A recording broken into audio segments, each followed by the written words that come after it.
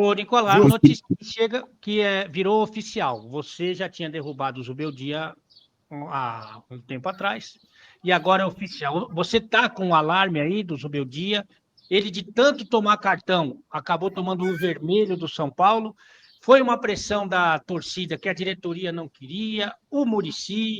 Como é que funcionou essa demissão que você articulou tão bem? Vamos lá, Lê. Na quinta-feira, depois da derrota por 3-1 para o Vasco, o São Paulo entrou em férias, né? Mas a pressão é enorme para a demissão do Zubeldia. E na sexta, antes de sair de férias, o Zubeldia procurou os dirigentes do São Paulo para colocar o cargo à disposição. É algo meio recorrente, porque o nosso cargo está sempre à disposição do nosso chefe. Mas o Zubeldia deixou no ar a possibilidade de uma rescisão de contrato de forma amigável. A partir dali, o Júlio Casares e o Belmonte, o presidente e o diretor de futebol, começaram a buscar um novo técnico. Eles queriam, antes de formalizar a saída do Zubeldia, fechar com um novo treinador, e durante o final de semana eles encaminharam a contratação de Hernan Crespo, que já havia sido técnico do São Paulo e foi campeão paulista em 2021.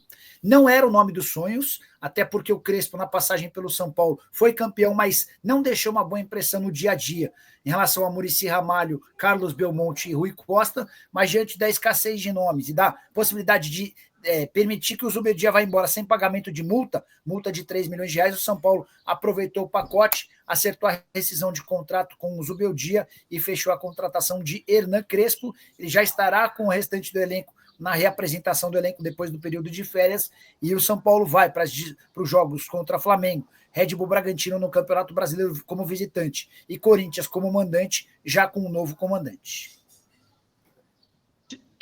Não tem nenhum São Paulino aqui, né? Não tem nenhum São Paulino. Ô, Nicola. Amada. Hã?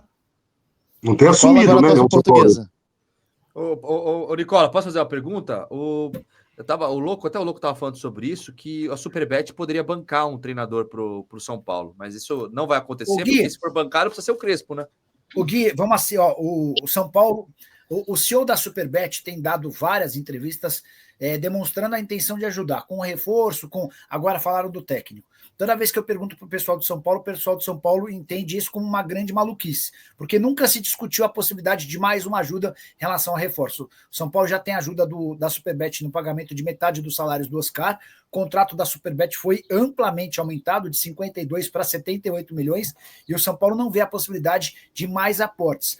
A impressão que você tem no São Paulo é de que a gente querendo like ou querendo dar mais visibilidade para a Superbet. Deixa eu aproveitar vocês que são de São Paulo.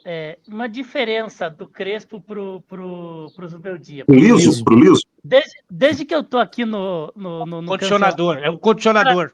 A gente bate demais no Zubeldia pelas cagadas que ele fazia no comando de São Paulo, de jogar com 3 volantes. Não, esse aí é o Paiê.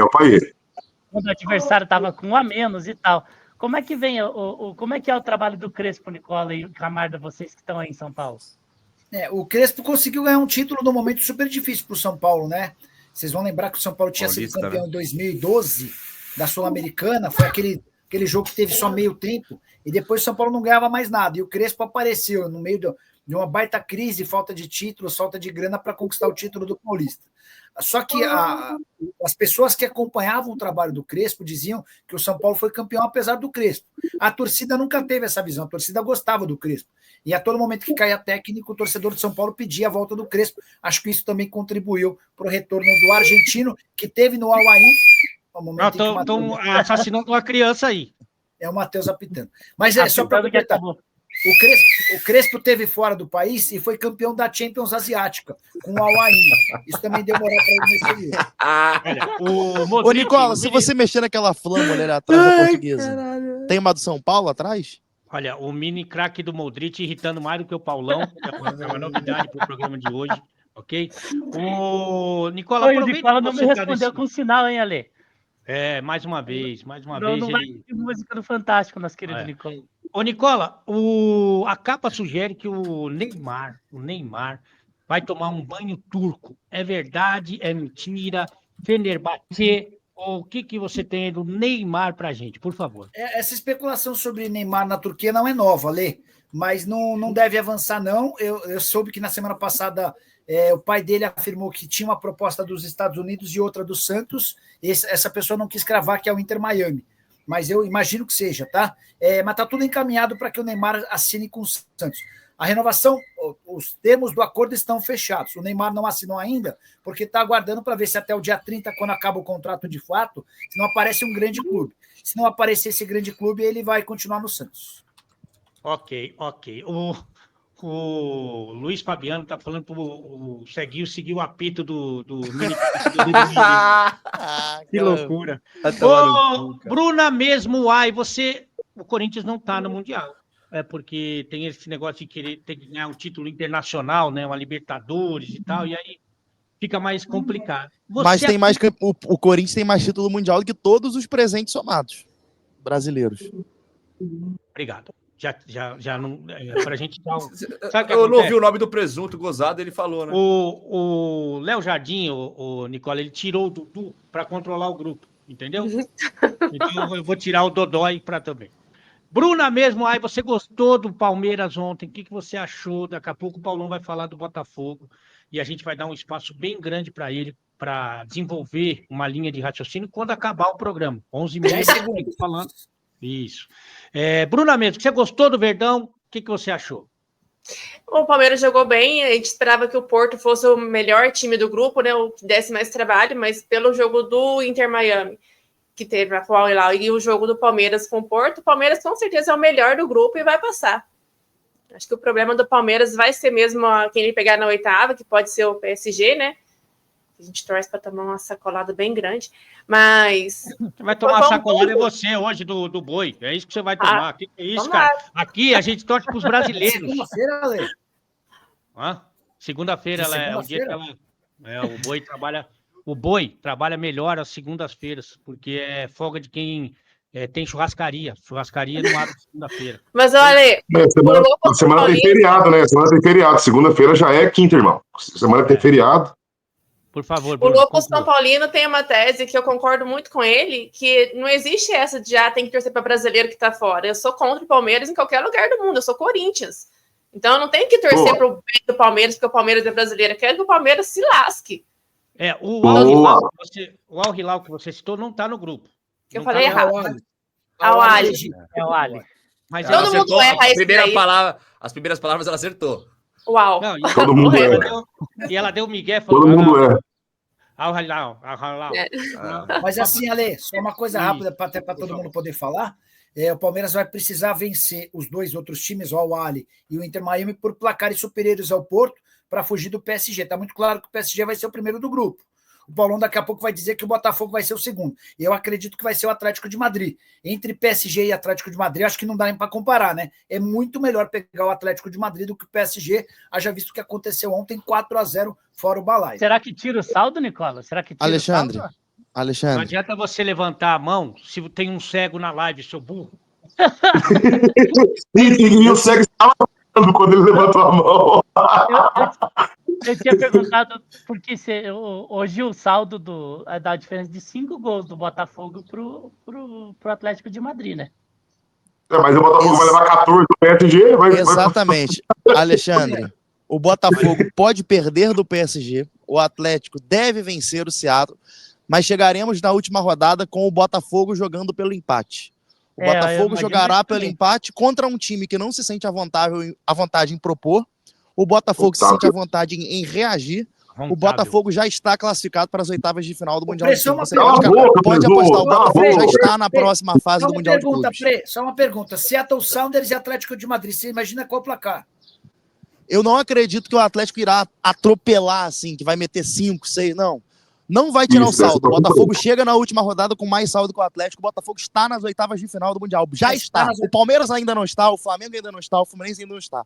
O Botafogo já está nas oitavas de final. Pelo amor de Deus, cara. A gente está falando do Palmeiras. O que você viu do jogo, Henrique, que só você observou, por favor?